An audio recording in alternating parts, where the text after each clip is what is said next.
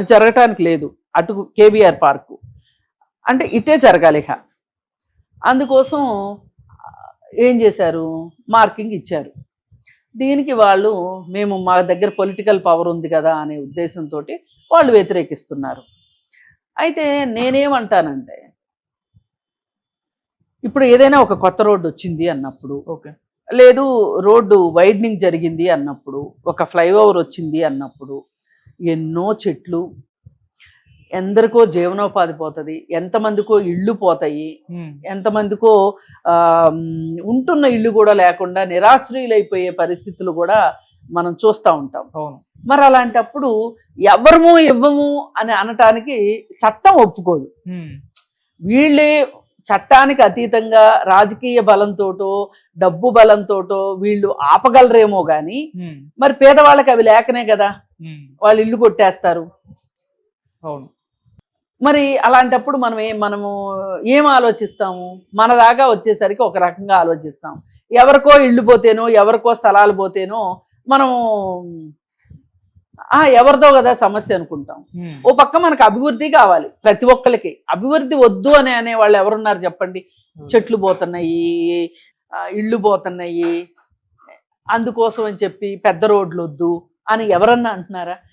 ఇప్పుడు కొన్ని దేశాల్లో 4 వీలర్స్ వాడొద్దు, సైకిళ్ళే వాడండి, కార్బన్ ఉద్గారాలు ఎక్కువైపోతున్నాయి, దీనివల్ల వాతావరణ కాలుష్యం పెరిగిపోతుంది, ఓజోన్ పొరకు చిల్లు పడుతుంది, ఇట్లా చెప్తూ ఉంటే కొన్ని దేశాల వాళ్ళు వింటున్నారు, సైకిల్స్ వాడుతున్నారు. మనకి ఇక్కడ హైదరాబాద్లో ఇవాళ కారు అనేది అవసరం కంటే కూడా స్టేటస్ సింబల్ లాగా అయిపోయింది. ఓకే. ఇప్పుడు పబ్లిక్ ట్రాన్స్పోర్టు అవసరాలకు తగ్గట్లుగా పబ్లిక్ ట్రాన్స్పోర్టు ఇవ్వలేకపోవటం ప్రభుత్వాలు తప్పు. అలాగే ప్రజలు కూడా ఆ బస్సులు ఎవరు ఎక్కుతారు, బస్ స్టాప్ దాకా ఎవరు నడుస్తారు, బస్ స్టాప్లో దిగిన తర్వాత ఆఫీస్ దాకా ఎవరు నడుస్తారు అని 2 వీలర్స్ 4 వీలర్స్ కొనుక్కుంటున్న వాళ్ళు ఉన్నారు. ఓకే. మరి అలాంటప్పుడు ఈ 4 వీలర్స్ ఎక్కువైనప్పుడు ఏం చెయ్యాలి? ఇప్పుడు హైదరాబాద్లో ఉన్న కార్లకి, కొంటున్న కార్లకి, ఆల్రెడీ ఉంటున్న కార్లకి, రోడ్ల మీదకి వస్తున్న కార్లకి రోడ్లు చాలా పెద్దవి చేయాల్సిన అవసరం ఉంది. కొన్ని ప్రాంతాల్లో మరీ ఎక్కువగా ఉంది. మరి అలాంటప్పుడు ఎక్కడో ఒక చోట డబ్బులున్నాయని ఇల్లు ఉండకుండా ఉండదు రోడ్డు మీద. మరి ఆ డబ్బులున్నాయని నేను ఇల్లు ఇవ్వను అంటే ఎట్లా కుదురుతుంది? ఇప్పుడు మీకే అంత నొప్పి అయినప్పుడు, బాలకృష్ణకో జానారెడ్డి గారికో అంత నొప్పి అయినప్పుడు మరి సామాన్యుడి పరిస్థితి ఏంటి? ఇప్పుడు అందరూ 5G కావాలనుకుంటారు, 4G కావాలనుకుంటారు, ఎప్పుడు నెట్ ఉండాలనుకుంటారు, ఫోన్ ఒక్క క్షణం సిగ్నల్ లేకపోతే చచ్చిపోతారు. మనుషులు ఆక్సిజన్ లేకపోతే కూడా చచ్చిపోరేమో కానీ ఫోన్కి సిగ్నల్ లేకపోతే చచ్చిపోతారు. డేటా కావాలి, మాకు అన్నీ కావాలి. కానీ మన స్వార్థం ఎట్లా ఉంటుందంటే టవర్లు పెట్టొద్దు, టవర్లు పెడితే అనారోగ్యం వచ్చేస్తుంది. నిజమెంతో అబద్ధమెంతో తెలియదు కానీ మరి అలాంటప్పుడు అసలు టవర్ల నుంచే రేడియేషన్ వస్తుంది అనుకున్నప్పుడు మీ చేతిలో ఉన్న ఫోన్ వల్ల కూడా రేడియేషన్ వస్తుంది కదా. కానీ ఎవరు ఫోన్ వదులుతున్నారు చెప్పండి? ఇంట్లో ప్రతి ఇంట్లో ఇవాళ ఒక 5-6 సెల్ ఫోన్లు వెళ్తున్నాయి. ఏ ఇంట్లో చూసినా ఒక్కొక్కరికైతే 2 సెల్ ఫోన్లు, ఒకటి పర్సనల్ ఫోను, ఒకటి బిజినెస్ ఫోను. అంటే అభివృద్ధి మనల్ని అలా లాక్కెళ్ళిపోతుంది. లాక్కెళ్ళేటప్పుడు మనం ఈ రోడ్ల విస్తరణ ఇవన్నీ చేయకుండా కుదరదు. ఇప్పుడు మొన్న సాక్షాత్తు దామగుండం దగ్గర ఒక అడవిని నేవీ రాడార్ కేంద్రానికి ఇచ్చారు. మరి వాళ్ళు ప్రభుత్వం ఏమంటుంది? నేవీ రాడార్ కేంద్రం మన దేశానికి ఎంతో అవసరం, దేశం కోసం ఆ మాత్రం మీరు ఓర్చుకోలేరా అంటే అక్కడ కొంతమంది ప్రైవేట్ వాళ్ళైపోతుంది, అడవి కూడా పోతుంది. చాలామంది ప్రకృతి ప్రేమికులు ఏమన్నారు అంటే అది ఆక్సిజన్ మనకు ఊపిరితిత్తు లాంటిది, వికారాబాద్ ఏరియా అడవులు, అక్కడ మీరు ఇట్లాంటివి పెడితే ఎట్లా అంటే చాలా ఉద్యమం చేశారు. అయినా ఆగల, అది కేంద్ర ప్రభుత్వం ప్రాజెక్టు.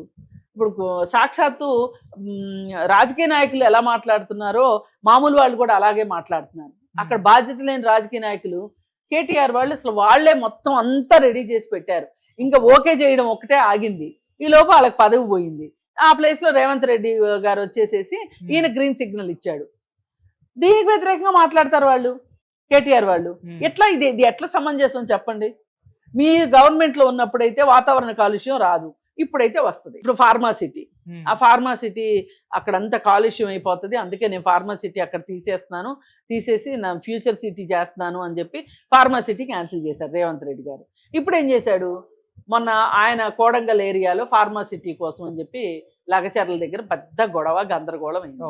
అందరూ వ్యతిరేకించేసరికి అది ఆపేసేసి ఇంకోటి ఏదో చేస్తానని చెప్తున్నాడు. ఈ రాజకీయ నాయకుల ధోరణి మనకు అర్థం కావట్లా.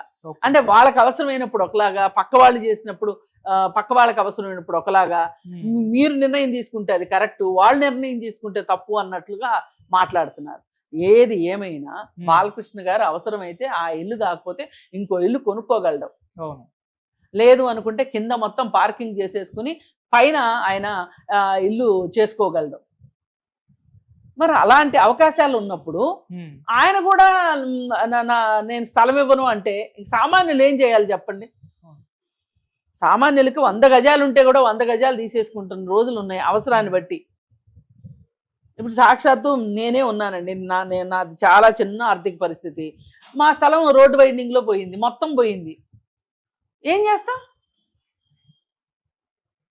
డబ్బులు ఇమ్మని అడిగాము, కాకపోతే కోర్టుకు వెళ్ళాము మేము కూడా. మాకు 2013 భూసేకరణ చట్టం ప్రకారం మాకు డబ్బులు ఇవ్వండి అని. ఆ కోర్టుకు కూడా వెళ్ళకపోతే, ఆ చట్టం ప్రకారం ఇవ్వకపోతే అప్పుడైనా కోర్టుకు వెళ్ళాల్సి వస్తుంది. అందుకని ముందే వెళ్ళి మేము ల్యాండ్ ఇవ్వడానికి సిద్ధంగానే ఉన్నాము, కానీ ఆ భూసేకరణ చట్టాన్ని అమలు ప్రకారమే ఇవ్వండి మాకు డబ్బులు అని చెప్పి మేము అడిగాం. మరి అంతకంటే ఏం చేయలేము, మేము సామాన్యులు. మరి వీళ్ళకి డబ్బులు ఉన్నాయి కాబట్టి ఇప్పుడు జానారెడ్డి గారికి తెలియదా? ఇంకో గమ్మత్ చెప్తా మీకు.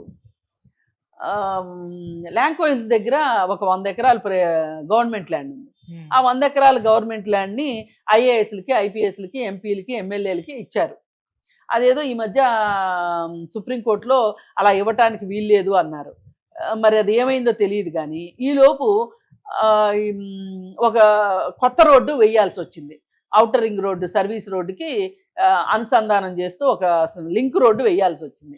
ఆ లింక్ రోడ్డు వీళ్ళ ఈ 100 ఎకరాల్లో నుంచి వెళ్తుంది. అసలు సాక్షాత్తు ఐఏఎస్లు, ఐపీఎస్లు ఎంత కథ నడిపించారంటే, రిటైర్డ్ వాళ్ళు వచ్చి అక్కడ రోడ్డుకి అడ్డంగా పడుకున్నారు. మా మీద నుంచి చెయ్యండి రోడ్డు అని. ఒక గేటు పెట్టేసేసుకుని గేటుకు తాళం పెట్టేసుకున్నారు, ఇవ్వమని కూర్చున్నారు. ఇదే ఐఏఎస్లు, ఐపీఎస్లు సామాన్యుల జనాలు తీసుకునేటప్పుడు నిర్ణయాలు తీసుకునేది వీళ్ళే, అమలు పరిచేది వీళ్ళే. ఐపీఎస్లే కదా బందోబస్తుకు పంపిస్తారు, పోలీస్ శాఖే కదా బందోబస్తుకు వస్తాయి. మరి ఐఏఎస్లే కదా నిర్ణయాలు తీసుకుంటారు, శాసనాలు చేస్తారు. మరి చూడండి, వాళ్ళ దగ్గరికి వచ్చేసరికి వాళ్ళు ఆ విధంగా మాట్లాడటం ఎంత స్వార్థం.